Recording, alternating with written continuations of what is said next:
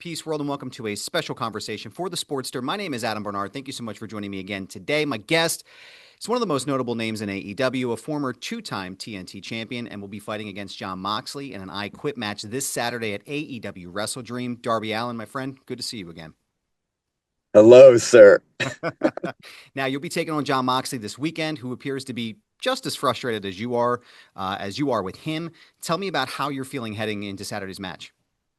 I feel great. I feel like this is going to be the end of everything that we've been doing for the last year. This is going to be the end. So I feel wonderful. Now, I know you had a really crazy match at All Out, and unfortunately, you came out on the opposite end of that coffin match you had. But it certainly was like pretty violent and pretty raucous. What was your immediate thoughts at the end of the match, especially with Pac coming in with the interference?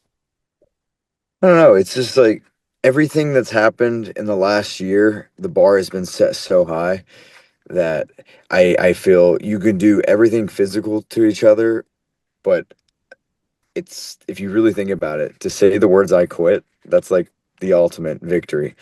So, they can have all their guys jump me and do all the crazy stuff, but I'm never I'm never gonna say I quit. Just like I gave everybody my word that I was going to summit Mount Everest, I'm giving everybody my word that there's no way in hell I'm gonna quit Saturday. Now, Bryan Danielson gave you a bit of an assist during that coffin match. He gave you the bag to put over Moxley's head in that similar fashion he did to him last year. Can you definitively say that Daniel Bryan is your secret weapon in your feud against Jon Moxley? Mm, I actually don't. I don't think I don't really feel like he is the secret weapon because I honestly just want him to stay out of it for his own self. I just don't want anyone getting involved in this. I don't, his career is essentially over. He hasn't been in the ring since last year's WrestleDream. So I don't want anybody to get involved. I'm okay if I get killed, but I don't want anyone else getting killed. This rivalry between you and Jon Moxley has been one of the most intense and I would say the most violent ones in AEW's history. Would you call Jon Moxley your biggest rival? Oh, absolutely. Absolutely. Yeah, without a doubt, definitely. Now, I know I asked you at New York Comic Con this past Saturday, but with so many members of the Death Riders in play here, is it finally time to pull the trigger and get Bam Margera to come into the ring to help you? I know he's pretty solid with that skateboard, but how do you think he'd fare against Mox and maybe Claudio? I have no idea. He'd probably get his ass whipped. I'm actually kind of afraid, so I don't want to ask him, but I would be a little concerned up against Mox. I think he'd be all right Yeah, against Pac, but Mox I'm not entirely sure about. But yeah. He's a lover, not a fighter. now, during your career, you've been linked with Sting. Obviously, in his last wrestling run, and that partnership that you guys had was a pretty incredible one. Sting was always that reluctant savior of WCW during the NWO days. And do you see yourself in the same sort of fashion as Sting was, as the reluctant savior of AEW, as the Death Riders try to take control of the company? Yes and no. A lot of people are like, is Darby the next Sting? And I don't even want to even think that I'm the next Sting. I just want to focus on being the first Darby Allin. But it just so happens to be that we had similar, you know, goals in our careers.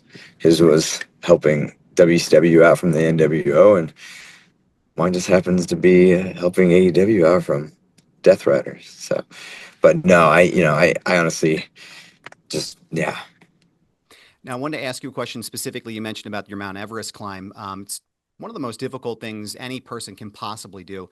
What did that experience teach you about yourself as both a performer and as an individual?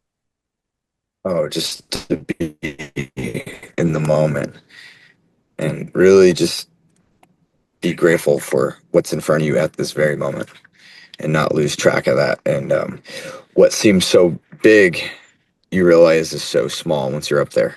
These problems that you feel are so big are so small in real life. So yeah, it taught me a lot about just my inner self. Now, I have to ask as my last question. I want to thank you again for your time, sir. Just for my own curiosity, do you have a favorite Gigi Allen song?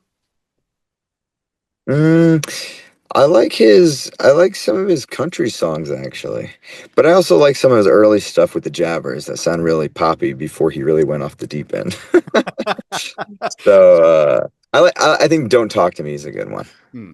Well, I was going to say, I don't know if you could actually get away with playing any actual Gigi Allen songs on AEW television, but maybe for WrestleDream, we could make a couple calls. I know CKY did that cover of Bite It You Scum a couple years back. So, Chad, if you're listening, maybe we could make something work for Darby here. I think that would be pretty cool. New Jack style. I'm just saying, man, we could probably make it happen. But, Darby Allin, I want to thank you again for your time, sir. He's going to be facing off again against Jon Moxley in their I Quit match this Saturday at AEW WrestleDream, live from the Chaffetz Arena in St. Louis, Missouri. It's going to be a hell of a match. You don't want to miss it. So you can watch it live on HBO Max and Triller TV. Check your local listings for start times in your area. Darby, thank you so much for your time, sir. I appreciate it. Take it easy, sir.